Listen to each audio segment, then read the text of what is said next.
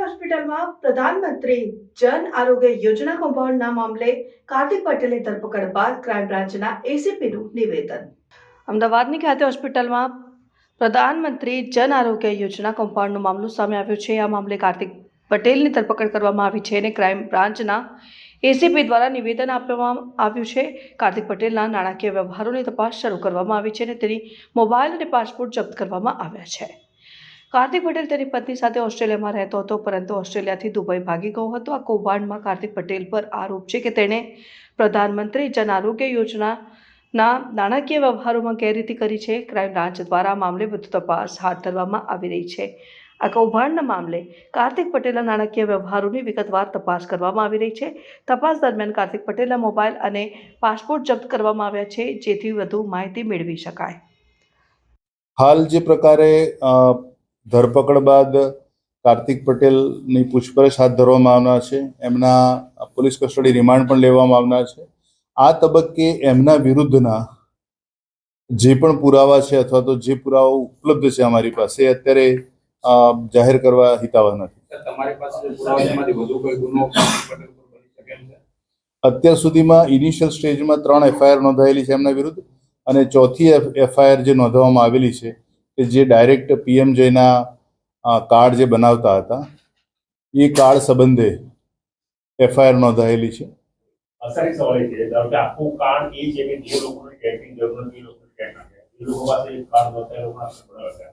આ આઈડિયા ક્યાંથી જનરેટ થયો? આપની જે થોડો સમય લેવા કોઈ પડે એમાં આ અંગેની વાત કરી છે। જે અત્યારે જેમની ધરપકડ પછી આ જે પ્રેસ કોન્ફરન્સ થાય છે, સમયગાળો વચ્ચે બહુ ઓછો છે, એટલે વિધિવત જે પૂછપરછ કરવામાં આવનાર છે એમાં આખી જે લંબાણપૂર્વકની પૂછપરછ બાદ આ તમામ પ્રકારની માહિતી અને જે પણ પ્રશ્નોના જવાબ મેળવવાના છે અથવા તો જે પુરાવા એકત્રિત કરવાના છે એ કરવામાં આવનાર છે। અસંખ્ય સ્કીમો એને બનાવી છે, તો તે બાબતે કોઈ તપાસ થશે કે કેવી રીતે એક સામાન્ય વ્યક્તિ ત્યાં સુધી પહોંચે? આપનો પ્રશ્ન ફરીથી એકવાર કહેશો? વિડીયો કેસેટની જે શરૂઆત એને કરી હતી, જે વ્યવસાયની, ત્યારબાદ એને સ્કીમો બનાવી, એટલે બિલ્ડિંગ કન્સ્ટ્રક્શન લાઇનની અંદર કોમર્શિયલ સ્કીમો બનાવતો હતો, તો એ બાબતે કોઈ તપાસ થશે કે આટલી મોટી રકમ કે આખો કેવી રીતે પહોંચ્યો?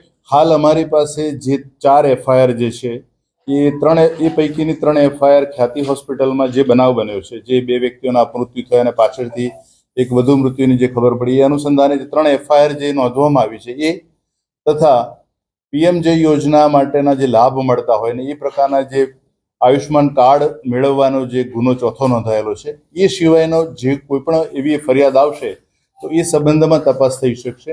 જે પરિપ્રેક્ષમાં અત્યારે તપાસ ચાલી રહી છે એની બહાર અત્યારે તપાસ કરવાનો કોઈ પ્રશ્ન થતો નથી। વસ્તુનો ઉલ્લેખ કરવામાં આવે છે કે કોરોના સમયે હોસ્પિટલ ન મળી માટે તે આ લાઈનમાં આવ્યો, એ સમયે તેને કોઈ આઈડિયા હતો કે આ તો એ સમયે પ્રી પ્લાનિંગ હતું, હોસ્પિટલ કર્યા પછી આ કાંડ કરવો જોઈએ કે હોસ્પિટલ કર્યા પછી તે આખા કૌભાંડમાં જોડાયો? અત્યારે એમણે હોસ્પિટલ કેમ બનાવી અને કેવા કારણોસર હોસ્પિટલ રન કરવાની હતી એ વિશેની માહિતી મેળવવાની બાકી છે। સર, જ્યારે તેને એરેસ્ટ કરવામાં આવ્યો ત્યારે તેની પાસે ડિજિટલ કોઈ પુરાવા એકત્ર થયા હોય અથવા દસ્તાવેજી કોઈ પુરાવા મળી આવ્યા હોય કઈ વસ્તુ મળી? અત્યારે એમની પાસેથી કોઈ પણ ડિજિટલ પુરાવા, જ્યારે એમની ધરપકડ કરવામાં આવી છે એ સમયે એમની પાસેથી એવા કોઈ ડિજિટલ પુરાવા કે દસ્તાવેજી પુરાવા મળેલા નથી।